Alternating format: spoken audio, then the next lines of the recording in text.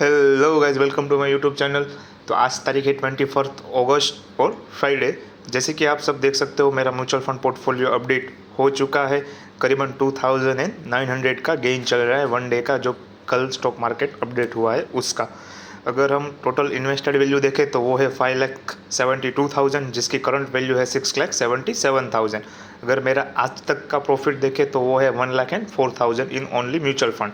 अगर हम XIR देखें तो वो है 25.87%, जो कि एक्टिव है। अगर लाइफ टाइम देखें तो वो है 25.18%।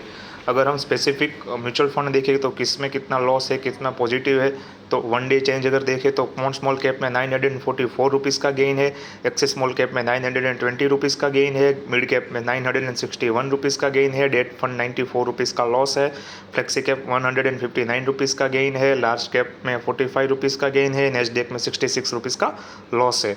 अगर हम एक्सिस का जो गोल्ड और सिल्वर का म्यूचुअल फंड है उसमें देखें तो 113 रुपीज़ का गेन है। ये था मेरा अपडेट आज के दिन का।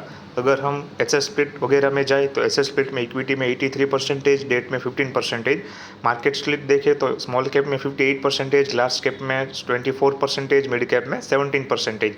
अगर आप मेरा म्यूचुअल फंड देखें तो मेरे पास सबसे ज़्यादा स्मॉल कैप है 58%। ये स्मॉल कैप, मिड कैप और लार्ज कैप, ये सब कौन किसको कितना रखना चाहिए, तो ये सब एज वाइज होता है, किसकी कितनी एज है, किसका कितना रिस्क है। Personal finance is always personal. मेरी एज अभी कम है तो मैं स्मॉल कैप ज़्यादा कर सकता हूँ, इसकी वजह से मेरे पास स्मॉल कैप ज़्यादा है। अगर किसी की एज ज़्यादा है 40+ 50 के आसपास, तो उसको स्मॉल कैप इतना नहीं कवर करना चाहिए, उसको ज़्यादातर लार्ज कैप में रहना चाहिए। बट अपनी एज अभी भी कम है तो हम स्मॉल कैप में जा सकते हैं। हमारा गोल मिनिमम 10 ईयर प्लस का है तो हम स्मॉल कैप ले सकते हैं। अगर सेक्टर एलोकेशन देखें तो फाइनेंशियल में 23%, कंज्यूमर में 16%, टेक्नोलॉजी में 12%, हेल्थ केयर में 11%।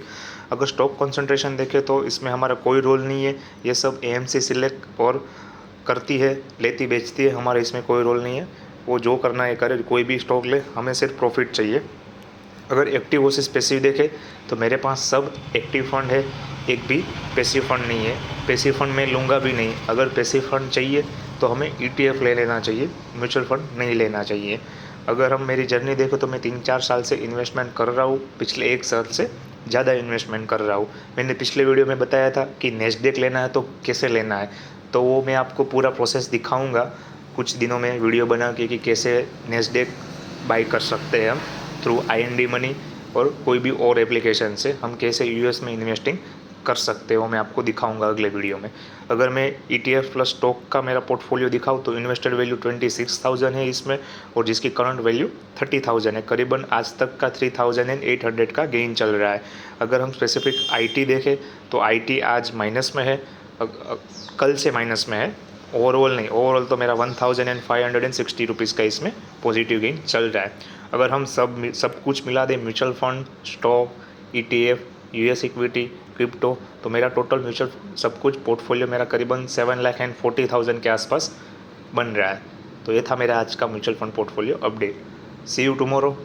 Till keep investing, keep growing and just enjoy the life, just enjoy the every moment of our life, because we are living, we are investing for the long term. We don't know कि we will survive or not for tomorrow. So today also enjoy also today also.